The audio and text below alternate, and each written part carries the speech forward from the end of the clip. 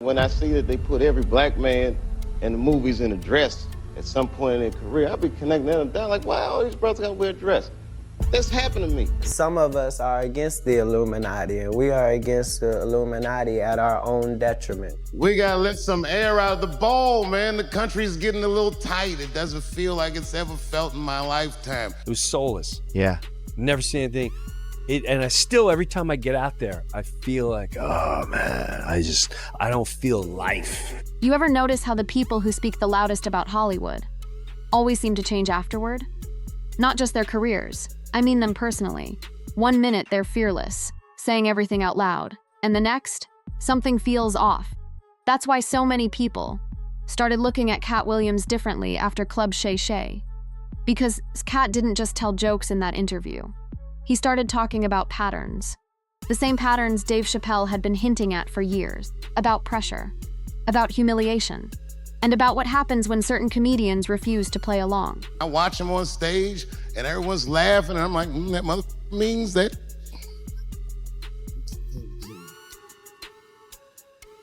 Don't get mad at them, don't hate them. We go upstairs and have a beer, and sometimes I even appreciate the artistry that they paint their racist opinions with. Man, it's not that serious. The First Amendment is first for a reason. The Second Amendment is just in case the first one doesn't work out. We gotta let some air out of the ball, man. The country's getting a little tight. It doesn't feel like it's ever felt in my lifetime. So tonight, I am honored that my colleagues are here in comedy and in music. We gotta let some air out of the ball, man. The country's getting a little tight. It doesn't feel like it's ever felt in my lifetime. Dave always had a different way of telling the truth. He'd stand on stage smiling while everybody laughed. Hidden inside the jokes were things most people missed. That's what made him different. Dave never sounded angry. He sounded aware, like somebody who understood how Hollywood really works behind closed doors. And when you go back and listen carefully, it starts feeling less like comedy, and more like warning signs hidden inside jokes. When I was looking at it, Katt Williams, he told a story about how he was supposed to be in, Big Mama House 2, but he turned the role down after Martin was trying to put him in the dress. How you feel about him saying that? And that's probably true. But again, everything comes down to choices. Like the dress thing is taboo in today's world because the world has woken up, so to speak. See, back in the day, I don't think that it was taken too seriously because let's go way back to Flip Wilson, way before you was born. But Flip Wilson used to have a show called The Flip Wilson Show. And he used to wear a dress every Thursday night. And he used to dress up as Geraldine. And his callback line was, "The devil made me do it." It was a big hit. But back then, no one said it was wrong. No one said that he was gay. No confusion.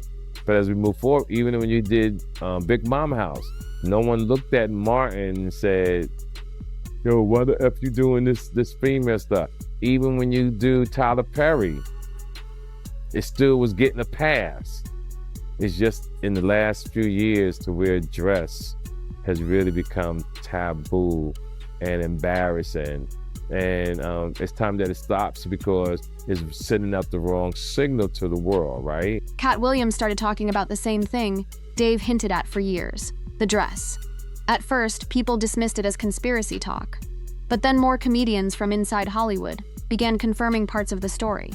And suddenly, it stopped sounding random, because almost everybody described the same pressure behind closed doors. Did you get slack when you wore the dress at that moment? It was wasn't slack from people. Only Katt Williams. Katt Williams was trying to always say, Brandon, don't wear a dress. He called you, or is this? No, he was saying it in the media, so I thought he was heckling me. He was really trying to help me at the time. I didn't know that. I was immature. Right. I feel like, dang, why I'm trying to make it. Why you bashing me? And then he was trying to warn me, don't get in the dress. So the Awakened Brandon, you couldn't pay him $1 trillion to get in the dress. Yeah. Was there how did they present that? Well, you knew right away you had to get in the dress. I did the scene on Lottery Ticket. Okay. That scene on Lottery Ticket. After that, they were pushing his dress on me. It was something about that scene that touched a lot of people, and I think I was too real. I think they did the same thing like to Tupac. When you too real, they start looking at you like, hold on, how'd this slip past us? Who's this guy? You know what I mean? And then it's like, you know what? Yeah, he might be a kid. Just put him in a dress. What do you think the dress is about? Is it to tone us down, to tone that realness down? I think the dress, personally, is a thing that is not in our culture to do. And I think everybody will want to put their culture on us. And no, not to hate your culture or your God. Mm-hmm. If your God say you can put on a dress and your culture is normal for you, that you have the right as a human to choose that. But me, for my God and my culture, my ancient culture, we didn't do stuff like that. Yeah. So I was cursed by it. I believe it was a curse that went with that personally, because nothing went right since then. That's truthful. No one can tell me, hey man, you thinking too much, man. Sit down, man. Everything went wrong. Just like everything went right. Everything went wrong when I put on that dress. I'm telling you, I lived it. Yeah. Is there any even with Martin, things went wrong when he did it too. Because Martin is very anointed. Martin is a very strong man. And Dave Chappelle said that too. He says things about that too. And something, if you look at Martin's Arsenio Hall interviews, you look at him now, something's changed. This is where things start getting uncomfortable. Because Brandon wasn't speaking like a comedian trying to go viral. He sounded like somebody regretting a decision. Katt warned him publicly not to do it. At the time, Brandon thought Katt was hating on him. Later, he realized Katt might have been trying to protect him, and listened carefully to what Brandon says after putting on the dress. Everything changed.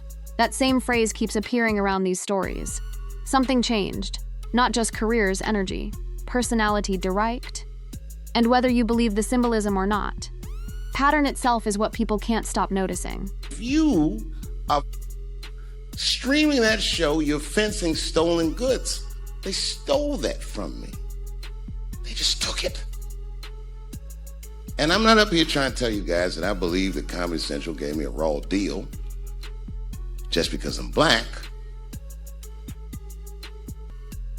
I believe that they gave me a raw deal because this industry is a monster. It's the same monster that these Me Too was trying to tell you about. But they hate the monster for how it and I hate that monster for how it eats. But my God, man, it's the same monster. Then Dave finally says it himself, not as a joke, not hidden inside a punchline. He calls the industry a monster, and that word matters, because monsters don't just destroy people, they consume them. Dave walked away from $50 million at the peak of his career, and instead of asking why he walked away, media immediately started asking, "What's wrong with Dave?" That reaction alone told people everything. Hollywood's a mafia. It's a big, dark mafia. Yeah, it is. And then what happens is, I remember one of them, it was like, the mobsters come, they're like, we understand, not mobsters like Italian. Right. Whatever, You're talking whatever about, gang you want to the call attorneys, it, right? And they come along like, listen, you sign this, you do some movies there, we'll put this all on the table, we got enough money to make this go away. Ping, it's gone. No one ever brings it up. No one ever brings it up with this person. Crazy. And there's 2 or 3 of them. Huge. But I guess what I'm saying is by the time I started doing Sound It Live and Half Baked, blah, blah, and TV thing, Tim Allen, that's when I really saw. Now add Jim Breuer into the conversation, another comedian, another insider, and suddenly Hollywood stops sounding like an entertainment business and starts sounding like an organization that protects itself at all costs, according to Jim. Scandals disappear, stories vanish, enough money is involved, people get protected, and narrative changes overnight. That's when viewers started connecting the dots between Dave, Katt, and everybody else who ever tried exposing the machine publicly. I'm saying that everything that happens in a business that's based off of pretend, that seems like a setup, is everything that happens in a business. Everything that happens in a business that's based off of pretend, that seems like a setup, is. Yes.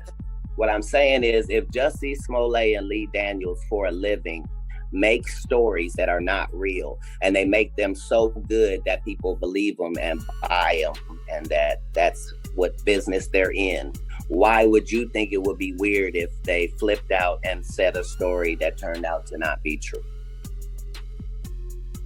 Why? Why would we think that if they are capable of doing that for a living? That's what they do for a living. They do that 300 episodes. Is take something fictitious and make it seem real. This might have been one of the most revealing things Katt ever said, because he wasn't talking about one celebrity anymore. He was talking about the business itself. A business built on illusion, built on making fiction feel real. And Katt's argument was simple. If Hollywood gets paid to manufacture believable stories every single day, then why would people assume manipulation suddenly stops once the cameras turn off? That's the thought that stayed in people's heads after the interview ended. Not because he proved anything, but because the logic sounded disturbingly possible. First person I ever saw do it absolutely right. You were fearless, and you told the truth. There's something so true about this genre, when done correctly, that I will fight anybody that gets a true practitioner of this art form's way, because I know you're wrong. This is the truth, and you are obstructing it. I'm not talking about the content, I'm talking about the art form. Do you understand? What made Dave different from most comedians was that he treated comedy like truth-telling, not marketing, not clout-chasing truth. And when he talks about protecting real artists, it almost sounds like somebody defending the last honest people left in the industry. Because according to Dave, once comedy becomes controlled, audience stops hearing truth and starts hearing programming. Sometimes you have to be a lion so you can be the lamb you really are. I talk this like a lion. I'm not afraid of any of you. When it comes word to word, I will gab with the best of them, just so I can chill and be me. And that's why I love my art form, because I understand every practitioner of it. Whether I agree with them or not, I know where they're coming from. They want to be heard. They got something to say. There's something they notice. They just want to be understood. Love this genre. This is probably the clearest window into how Dave sees himself. Not as a celebrity, not even as a comedian, but as somebody trying to survive a system without losing who he really is. And that lion line, that wasn't just motivational. It sounded like survival. Like somebody who learned you have to speak aggressively in public, just to protect your peace in private. Disappeared for a while. People were saying, where's Dave? Where's Dave Chappelle? Where's he going? And then it turns out you took a trip to Africa. Is that true? Yeah, it's true. Yeah. It wasn't like they said. Right. It was because like, the stories, as you know, you're hearing all kinds of stuff on the news. It was crazy, man. I mean, first I went to Africa to chill, and I tell you, hear a lot of black people say this, like when you go to Africa, especially your first time, you have this overwhelming feeling like you're home, which is true. I had that feeling like, man, this feels like home. I think I felt that way because there's a McDonald's in the airport. So I got my Big Mac. But then it was like, it just got out of control. Like I was in Africa, and next thing I know, I started hearing all the stories like comedian Dave Chappelle's in a mental institution in South Africa. And I was like, man, I must be losing my mind. Yeah. Because I thought this was the beach. Yeah. And everybody calls me crazy. You know, I mean, it was just... You're hearing on the news things like he's gone crazy, which that didn't sound right, you know? And well, you know, maybe I know stuff people don't want me to talk about. So right. we don't want other people to believe. So they'll call me crazy. Mm-hmm. But it was a weird thing to get called crazy. At first it was scary. And then now I feel like it's liberating. Like, I feel free, like I can just say what I want to do what I want. They already call me crazy. I can't hold myself accountable for these things. I'm crazy. I can't be held responsible. Yeah. Then came Africa. And this is where the story around Dave Chappelle changed forever. Because Dave says he left to clear his mind. But the media narrative became something completely different. Suddenly he was crazy broken, losing it. And years later, people noticed the exact same thing happening around Katt Williams. That's what makes this whole situation feel eerie to so many viewers. Because every time somebody steps away from the machine, public story somehow becomes, they've lost their mind. And eventually, people stop asking what made them leave in the first place. Do you want to get, and then what about David Chappelle? You say that's not the same person that you used to know. So do you want to get, I don't mind getting into it. Do you think it's some MK Ultra celebrity playing his role? Do you think there's something deeper there? Do you think it's a clone? Dude, it's clearly not the same person.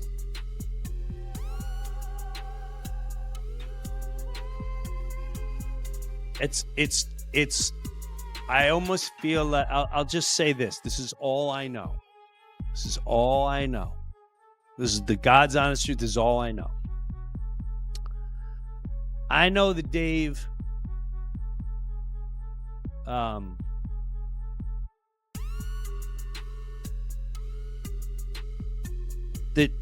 Dave was visited, and that's up for him to tell that story. And that was my first real, what do you mean you were visited? And nobody talks about that. Everyone thinks he just ran away to Africa, and the man was offered $50 million and he walked away. He came back with 7 Netflix series. And he's promoting. He just had another person on Netflix that I forget his name. Doesn't matter. He just had a new Netflix, and it was sponsored by Dave. That means David Chappelle sponsored the last 3 of these comedians that I've seen on Netflix. So someone who walked away from a deal on Oprah's show, which I'm all about all of that, but then comes back and gets all of this, that's a different person. I can't. And then last thing, and then one more thing I want to add from the person that I remember watching. What was that David Chappelle show? And I remember honestly an actual quote he said. I'll paraphrase is that, and he was joking like he always does. And this when he was skinny David, and he was saying that the government, from the same government that engineered crack and HIV. This is David Chappelle who was saying that. How long ago? That was probably 15, 16, 17 years ago. Maybe even maybe longer. To the person that he is now. That's why I ask, man. That was the part that made me weary to go on here. Like I don't trust nobody at no time, because I know what Hollywood has done. I know what they do, and it's everything you're confirming. This is where the internet completely spiraled, because now the conversation wasn't just about Hollywood anymore. It became something darker. People started questioning whether Dave came back different after Africa. Different personality, different energy, different behavior. Now, obviously, some of these theories go way too far, but what matters is why people started thinking this way at all. And the answer is simple: distrust. Years of celebrities hinting at hidden pressure, hidden meetings, hidden consequences, created an audience that no longer believes anything is accidental, especially when the people warning, you are comedians who were actually inside the system. Correctness has its place, excuse me. We all want to live in a polite society. We just have to kind of work on the levels and come to an agreement of what that actually looks like. I personally am not afraid of other people's freedom of expression. I don't use it as a weapon. It just makes me feel better. And I'm sorry if I hurt anybody, et cetera, yada, yada, yada. Everything I'm supposed to say. And underneath all the comedy, Dave keeps returning to the same idea: division, manipulation, fear. The idea that people in power don't need to destroy a country directly, if they can convince people to destroy each other instead. That's why so many viewers believe Dave stopped talking like a comedian years ago and started sounding more like somebody trying to warn people without triggering the machine around him. I'm a conspiracy theorist to a degree. Like when I connect dots that maybe shouldn't be connected, I don't know. But certain dots, like when I see that they put every black man in the movies in a dress at some point in their career, I'll be connecting them down like, wow, all these brothers gotta wear a dress. That's happened to me. I'm doing a movie with Martin. Yeah. The movie's going good. So I walk in the trailer. I'm like, man, this must be the wrong trailer because there's a dress in here. They come in. The writer comes in. I think he's the writer. He's like, Dave, listen, we got this hilarious scene where Martin's sneaking out of jail. So he disguises you as a... and he put this dress on and what? No, I'm not doing that. I don't feel comfortable with that. That should have been in the discussion. What? You don't feel comfortable with it? I mean, it's a hilarious bit. All the greats have done it. So, well, if all the greats have done it, it's kind of hacky, right? You're right. So why don't we just not do it? Because I don't feel comfortable wearing a dress. Oh, come on, Dave. Listen, we got it all set up. We're supposed to shoot. Every minute you waste costs this much money. You know, the pressure comes in. Huh. He said, I'm not wearing no dress, man. I'm funnier than a dress. Just give me something funny to say. I don't need to wear no dress to be funny. What am I, Milton Berle? You know, we're going like this. And then finally he's like, and he leaves. And then like the director comes, Dave, it really would be great if you wear the dress. What is wrong? What is this, Brokeback Mountain in here? So,